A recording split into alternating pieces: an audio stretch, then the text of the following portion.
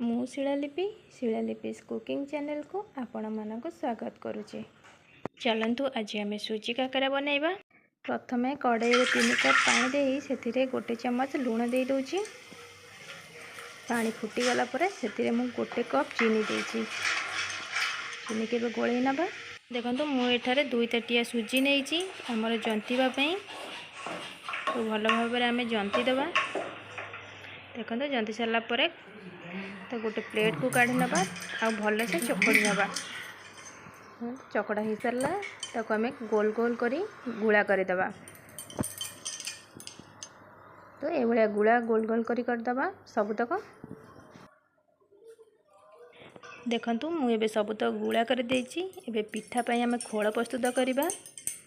देखंतु खोल भी हमर प्रस्तुत हो गला। एथिरे पूरा देई देबा। 1 चम्मच मु पूरा देछि।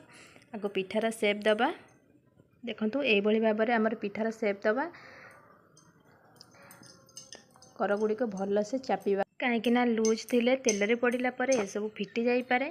तेणु आमे भल से ताकू चापी नबा। देखंतु हमर एबे रेडी हो जाइछि पिठा। सेही परि सबुतक पिठा को आमे प्रस्तुत करि नबा। एठारे मु कहि रखुची जदि पूरार रेसिपी आपण मानक बनैबार अछि मु मो चैनल रे अपलोड कर देछि। आपण मो चैनल को जाई डिस्क्रिप्शन रे लिंक ओपन करी आपण पूरार रेसिपी बनै परिबे। देखंतु आपण जदि साइड चाप देला बेले जदि आपण का हाथ रे पिठौ लागी जाए ताहले आपण हल्का पानी हाथ हेई आमे साइड को चाप देई परिबा। ले तेल हाथ रे बिल्कुल भी चाप देबेनी काहे कि ना पिठाटा हमर भल से चाप नै न थाए। पिठाटा गरम तेल रे पड़िला परे से सब फुटी जाए जोथि पई कि हमको प्रॉब्लम हुए बेसी तेल टाणे।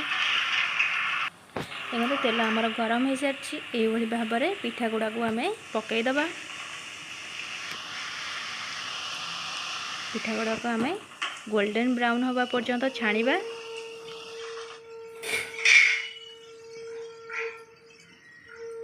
देखो गोटे साइड में उल्टे नहीं ये भाव में आम देखो गोल्डन ब्राउन हो सारी। एबे हमें पिठा गुड़ को गोटे प्लेट को काढ़ी नबा।